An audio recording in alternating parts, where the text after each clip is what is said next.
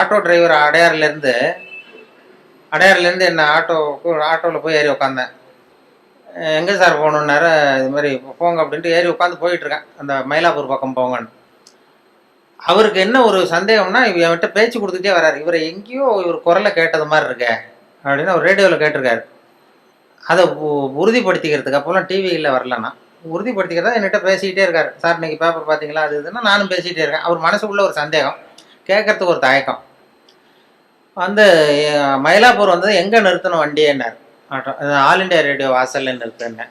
அவர் புரிஞ்சுக்கிட்டார், ஆஹா இவர் தான் நம்ம தேடின ஆள் அப்படின்னு. ஆல் இண்டியா ரேடியோ கேட்டுக்கிட்ட கொண்டு போய் நிறுத்தி இறங்கினதும் நான் காசை கொடுத்துட்டு உள்ளே போனேன். உள்ளே போகிறப்ப சார் ஒரு நிமிஷம் நில்லுங்கன்னார். என்னப்பான்னு, இந்த ரேடியோவில் ஒருத்தர் இன்று ஒரு தகவல்னு சொல்லிட்டு இருக்காரு, அது நீ தானா அப்படின்னா.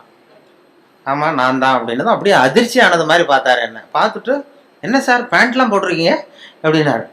என்னப்பா இது இல்லை சார், நான் தாடிலாம் வச்சுக்கிட்டு இருப்பீங்கன்னு நினச்சேன். தாடி வச்சுக்கிட்டு ஒரு காவி வேஸ்ட்டு கட்டிக்கிட்டு இருப்பீங்கன்னு நினச்சேன். ஆனால் அது மாதிரி அந்த முகத்தை பார்க்காதப்ப அந்த அப்படி ஒரு இமேஜை உண்டு பண்ணும்.